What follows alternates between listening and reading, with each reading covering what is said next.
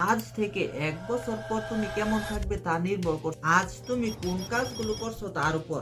আমাদের ছোট ছোট অভ্যাসই ঠিক করে দেয় আমাদের ভবিষ্যৎ। তুমি যদি প্রতিদিন 5 ঘন্টা ঘুমিয়ে আর 5 ঘন্টা সোশ্যাল মিডিয়ায় স্ক্রল করে কাটাও, তবে আগামী বছরও তুমি ঠিক আজকের জায়গাটাতেই দাঁড়িয়ে থাকবে। পৃথিবীর বড় বড় সফল মানুষেরা জন্মগতভাবে জিনিয়াস ছিলেন না, তারা শুধু তাদের অভ্যাসগুলো বদলে ফেলছিলেন। প্রতিদিন মাত্র 1% নিজেকে উন্নত করার চেষ্টা করো।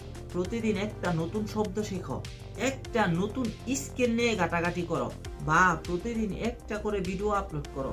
এই ছোট ছোট পদক্ষেপগুলো যখন 1 বছর পর জমা হবে, তখন তুমি নিজেকে চিনতেই পারবে না। তোমার অভ্যাসই তোমার ভবিষ্যৎ তৈরি করবে। নিজের অজুহাতগুলোকে ছুঁড়ে ফেলে দাও, আজ থেকে একটা ভালো অভ্যাস শুরু করো। আজ থেকে সিদ্ধান্ত নাও, তুমি শুধু কনজিউমার হবে না, তুমি হবে একজন ক্রিয়েটর। শুরুটা হোক আজ থেকেই।